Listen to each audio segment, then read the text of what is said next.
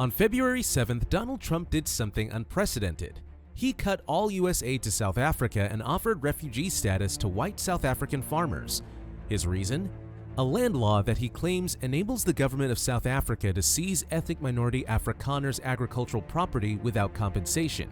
But here's what Trump didn't tell you. This isn't really about land. It's about a $50 billion economy that's about to either transform or collapse, and the ripple effects will hit your wallet. Right now, roughly 25% of Africa's farmland is owned by black South Africans, 30 years after apartheid ended. The rest, still controlled by the 7% white minority that once ruled the country. South Africa just passed a law that could change this overnight. The Expropriation Act allows the government to take land without paying for it under certain circumstances. Politicians call it justice, investors call it economic suicide. But here's why you should care.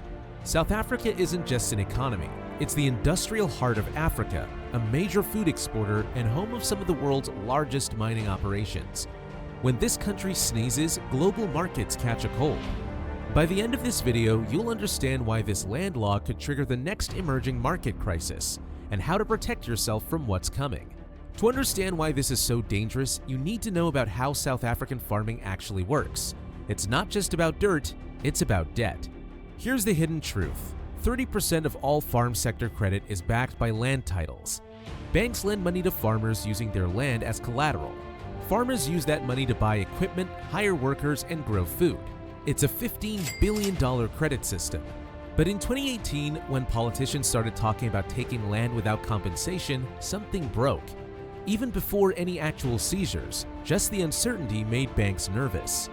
We've noticed a rising risk premium on agricultural lending, a signal of deepening fragility in the sector. Think about it. If the government can take your land without paying, what's it worth as collateral? Banks started tightening loans. Farmers couldn't invest. Productivity started declining. This is the credit bomb that Trump's executive order just lit the fuse on. International investors are already pulling back, and South Africa desperately needs foreign money to keep its economy afloat. But the real danger isn't financial, it's what happens to food production. And this affects way more than just South Africa. Here's an uncomfortable fact. When land gets redistributed in South Africa, crop production drops by 79%. Why? New farmers often lack the capital, technology, and expertise to maintain commercial scale operations. This matters because South Africa isn't just feeding itself. The country supplies over 50% of maize exports to neighboring countries like Zimbabwe, Mozambique, and Botswana. During droughts, that share goes even higher. We've seen this movie before. In the early 2000s, Zimbabwe's chaotic land reform destroyed commercial agriculture. Food shortages followed, millions became refugees, the economy collapsed. But here's why it matters to you. We're living in a world of fragile food systems. Climate change, supply chain disruptions, and geopolitical tensions have already pushed global food prices to historic highs. If South Africa, one of the world's few net food exporters in Africa, sees production collapse, it won't just hurt the region, it'll send shockwaves through global commodity markets. Your grocery bill is about to get more expensive. But Trump's move isn't really about helping farmers, it's about sending a message. Trump's executive order specifically mentions South Africa's genocide case against Israel at the Court of International Justice as its ties to Iran. This is geopolitical hardball. And behind it all is Elon Musk. The world's richest man, who was born in South Africa, has described his homeland as having racist ownership laws and accused the government of enabling genocide against white farmers.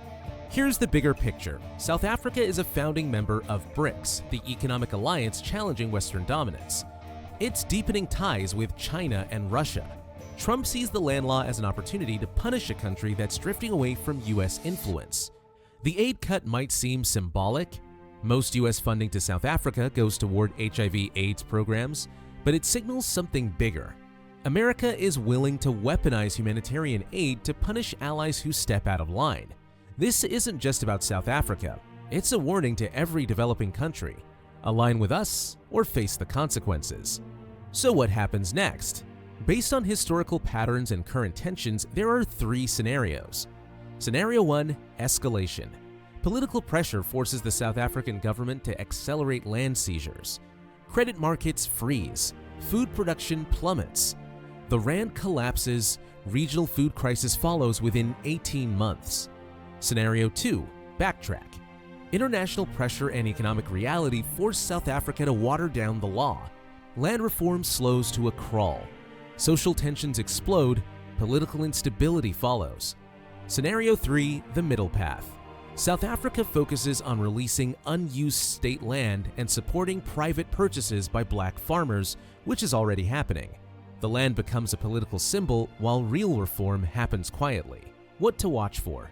South African government bond spreads. If they widen above 500 basis points, capital flight is accelerating. Rand exchange rate. A break below 20 to the dollar signals crisis territory.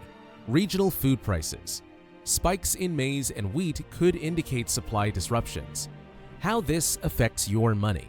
If you own emerging market funds, South African exposure could drag returns. Commodity investments might benefit short-term from supply fears. Dollar-denominated assets look safer as political risk rises. Here's the bottom line. What's happening in South Africa isn't just about land ownership. It's about whether a middle-income country can navigate historical injustice without destroying its economy. The stakes extend far beyond Africa's borders. Food security, emerging market stability, and geopolitical alignment are all in play. As one analyst put it, investors will not easily be persuaded to invest in a country where their property could be expropriated. Over the next 2 years, South Africa will either find a path to inclusive prosperity or slide toward economic crisis. The signals are already there for those paying attention. And that's exactly why following this channel matters. While mainstream media covers the politics, we track the economic forces that move markets and shape your financial future. What do you think will happen? Will South Africa find a middle path?